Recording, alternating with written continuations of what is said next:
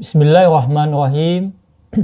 Assalamualaikum warahmatullahi wabarakatuh.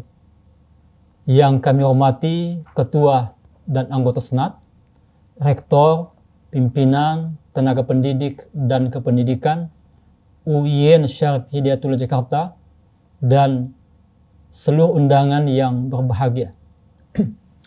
Izinkan saya menyampaikan pidato pengukuhan guru besar dengan judul The Golden Age of Quranic Studies, 20 tahun integrasi keilmuan di Perguruan Tinggi Keagamaan Islam Negeri Indonesia. Istilah The Golden Age of Quranic Studies dikemukakan oleh Gabriel Said Reynolds di pengantarnya pada buku yang diedit olehnya yang berjudul New Perspectives on the Quran. Menurutnya, masa ini ditandai dengan 3 gelombang studi Al-Quran yang dilakukan oleh orientalis. Gelombang pertama, bermunculannya kajian kritis Al-Quran, yang salah satunya adalah upaya menelusuri bukti-bukti otentik dan original tentang susunan Mushaf Utsmani secara kronologis, yang pada awalnya diasumsikan bermasalah, sehingga perlu disusun ulang. Kedua, terbitnya kamus-kamus berupa kajian kosakata Al-Quran dalam bahasa Arab dan Inggris. Dan ketiga adalah munculnya penerjemahan Al-Quran ke berbagai bahasa asing. Di akhir tulisannya, Gabriel Said Reynolds dengan nada penuh keraguan mempertanyakan kembali apakah betul masifnya kajian-kajian terkait Al-Quran dengan tema dan pendekatan apapun yang bermunculan dalam 50 tahun ini dapat diklaim sebagai masa keemasan studi Al-Quran.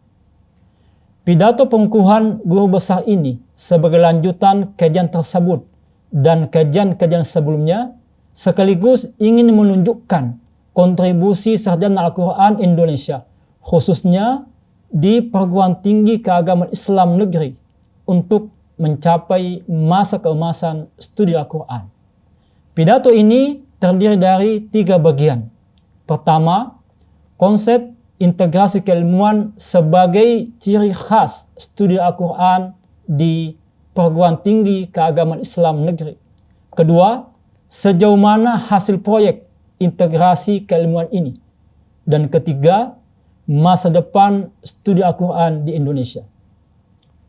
Bagian pertama, bahwa keistimewaan studi Al-Quran di Indonesia adalah studi Al-Quran berbasis integrasi keilmuan.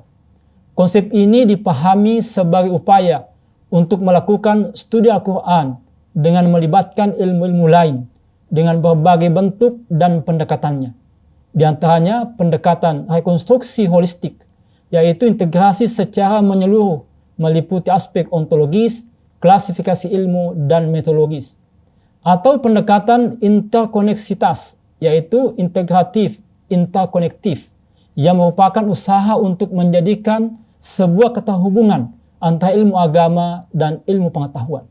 Atau model integrasi dengan menjadikan Al-Quran dan As-Sunnah sebagai grand teori ilmu pengetahuan. Tujuan akhir dari semua konsep ini adalah untuk menghilangkan dikotomi dan mengakhiri ketegangan antara sains dan agama agar keduanya tidak lagi dibahas secara terpisah, tetapi dibicarakan secara kolektif.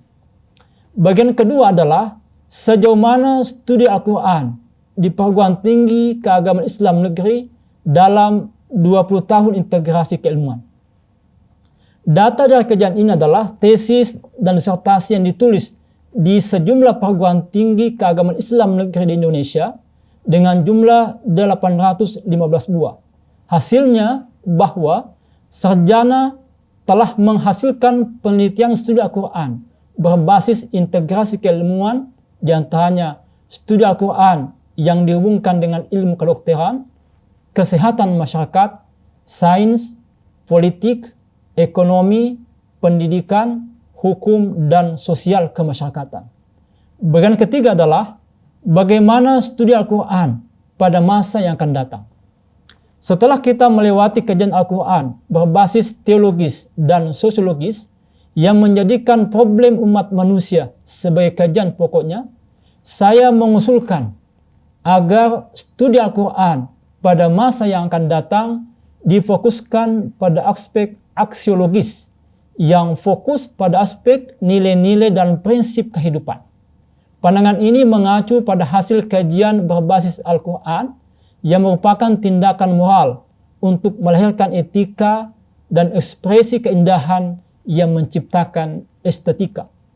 Studi Al-Quran ke depan tidak lagi menempatkan teks keagamaan tertentu sebagai klaim satu-satunya kebenaran, tetapi berusaha mencari titik temu, baik sesama pemeluk internal agama maupun antar pemeluk agama.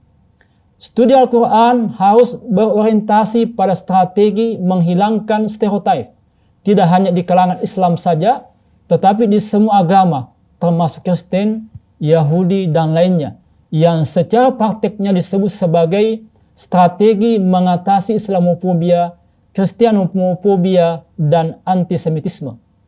Studi Al-Quran juga harus berorientasi pada kesadaran terhadap perubahan iklim dewasa ini. Kita berharap dapat menemukan penjelasan Al-Quran yang menunjukkan bahwa generasi berikutnya dapat menikmati kualitas alam yang minimal sama dengan kualitas yang kita nikmati hari ini.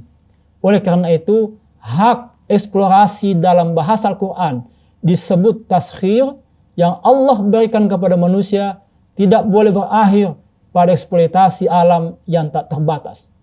Kedepan, kajian studi Al-Quran harus menemukan makna baru tentang agama. Agama sebagai firman Tuhan yang tertinggi dan suci, dan agama sebagai masyarakat dan kebudayaan yang bersifat tidak murni, relatif, dan dinamis. Agama harus dikaji secara teologis dan sosial budaya yang berorientasi pada nilai dan etika. Kedepan, studi Al-Quran harus memberikan sumbangsi pada terwujudnya negara yang moderat, menusantara, dan berkemajuan.